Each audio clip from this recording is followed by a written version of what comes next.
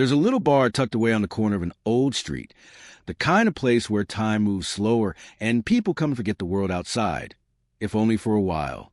Nothing about the place stands out.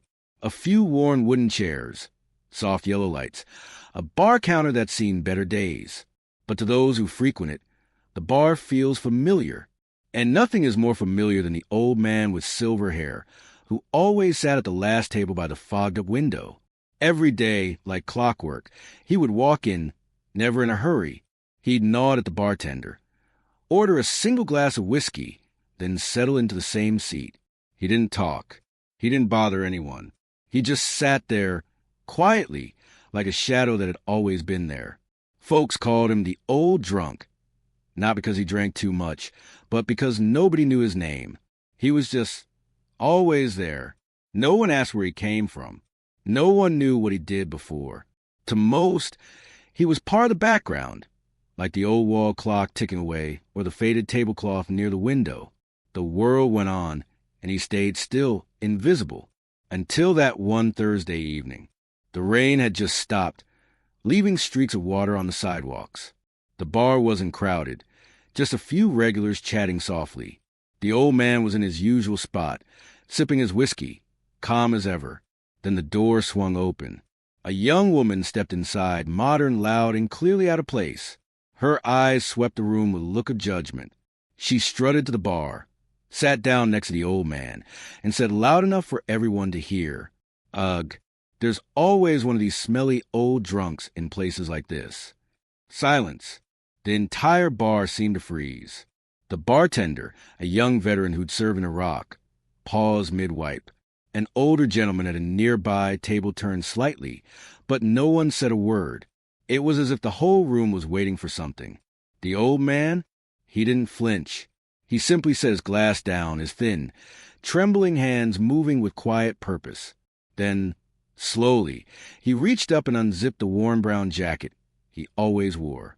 Every eye turned to him, and then he opened it. Not everyone recognized what they were seeing right away. But those who'd worn a uniform, those who'd buried friends in folded flags, knew instantly. Pinned to the front of his faded blue shirt were military medals, neatly arranged.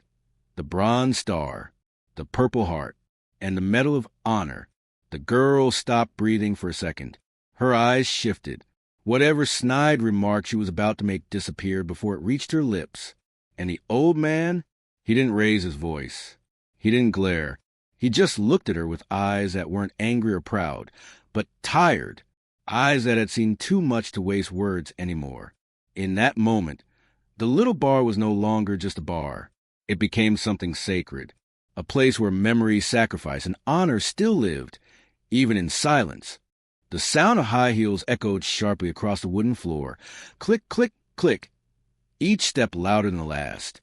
The young woman walked with confidence, or maybe it was defiance, her tight jeans hugging every curve, her crop top bearing a sliver of midriff. In one hand, her phone never left her grip. She didn't glance at anyone for long, just enough to judge. She reached the bar and slid onto a stool. Her eyes flicked to the old man, sitting quietly next to her, her nose wrinkled in distaste. She leaned closer to the bartender, but her voice was pitched just loud enough for everyone to hear.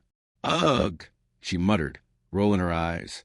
Why do places like this always let these old drunks hang around? Smells like booze and mothballs. A few heads turned. Not many. Just enough. The old man didn't move. He lifted his glass with steady hands, took a slow sip, and closed his eyes. Not out of shame or anger, but like someone remembering a name he hadn't spoken in decades. The bartender paused mid-polish. He was a young man, mid-30s maybe, with a crew cut and sleeves rolled high to show the faded tattoo of his unit. He'd served in Afghanistan, that much was known. He narrowed his eyes, jaw clenched, but said nothing. He looked at the old man, then let the silence hang in the air like dust. The girl kept going. "Seriously," she said, gesturing carelessly. "Look at him. Just sits there like the world owes him something. Probably hasn't done anything real in years. Just another leech waiting to die in a bar." A hush fell deeper. Even the jukebox in the corner, playing some old Conway Twitty tune, seemed to grow quieter. The bartender stopped wiping the glass.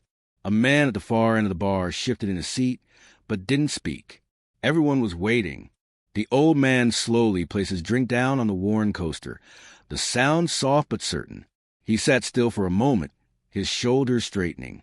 Then, with a movement that felt both deliberate and heavy, he stood up, his hands, thin but not weak, reached for the zipper of his brown jacket, a jacket so worn at the cuffs that the fabric had frayed into threads. It was the same jacket he always wore. No one had ever seen him without it. He pulled the zipper down slowly. The room held its breath. And then he opened it. Inside, pinned neatly to his shirt, were medals, not trinkets, not replicas, real decorations, dulled only by time and memory. The Bronze Star, the Purple Heart, a few campaign ribbons. And at the very top, shining faintly in the dim light of the bar, was a Medal of Honor. It was unmistakable. One of those medals, just one, would have told a story of courage, of sacrifice, of things done when no one was watching. But all of them together? That wasn't just a man. That was a chapter of American history. Sitting quietly on a bar stool, sipping whiskey alone, the girl froze. Her mouth opened slightly, but nothing came out. She looked at the medals, then at the man, and suddenly, the years on his face no longer looked weak. They looked earned. The old man didn't speak. He didn't need to. He looked at her, his eyes steady. There was no anger in them, no pride, either, just a tired clarity.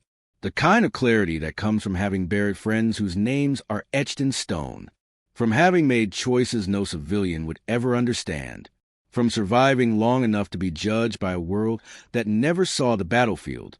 He zipped the jacket back up, sat down, took another sip. No one in the bar said a word. Not the bartender. Not the men who'd been watching from their tables. Not even the girl, who now sat silently, her phone forgotten in her hand. Somewhere in the corner, the jukebox rolled into a slow Patsy Cline song. And in that tiny weathered bar, where time had always seemed to stand still, it felt like everyone had just been reminded what respect really meant. The old man didn't ask for an apology. He didn't expect gratitude. But for the first time in years, people really saw him, not as a drunk, not as a relic, but as a man who had once stood in front of fire so that others could sit in peace. Inside the old man's worn jacket, neatly pinned to the chest of a faded blue shirt, was a row of military medals, not the kind you buy at pawn shops, not souvenirs or fakes. They were real, earned in silence, in dirt, in blood. The Bronze Star, the Purple Heart, and above them all, gleaming with quiet authority, the Medal of Honor. The entire bar fell still. Glasses froze midair. Conversations died mid-sentence. Even the jukebox, still spinning a gentle tune, seemed to soften, as if it too understood the weight of that moment. The girl blinked. Her lips parted, unsure whether to speak or stay silent. Is that real?" she managed to whisper, though no one was looking at her now.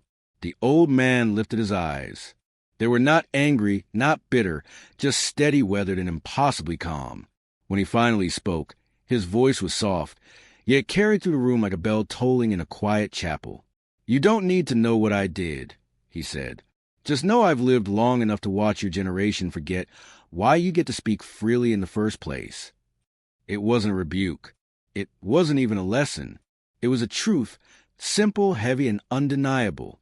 A man at the end of the bar stood up slowly, as if pulled by something larger than himself. Then another, and another. In moments, nearly everyone in the room was on their feet. No one asked him to explain. No one asked the girl to apologize. Because sometimes truth doesn't need a voice. It just needs to be seen. The girl remained seated, eyes downcast, phone now resting quietly on the counter beside her. Her expression had changed. Gone was the smirk, the indifference. In its place, something softer, maybe shame, maybe understanding, maybe both.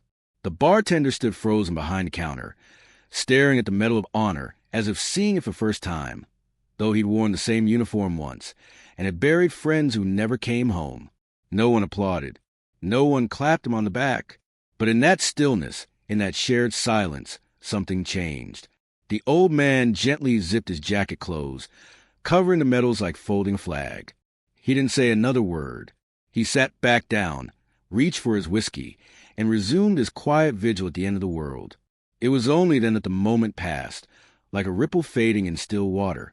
But its weight lingered, deep and unforgettable. He wasn't just an old man in a bar. He was a living reminder that freedom is never free.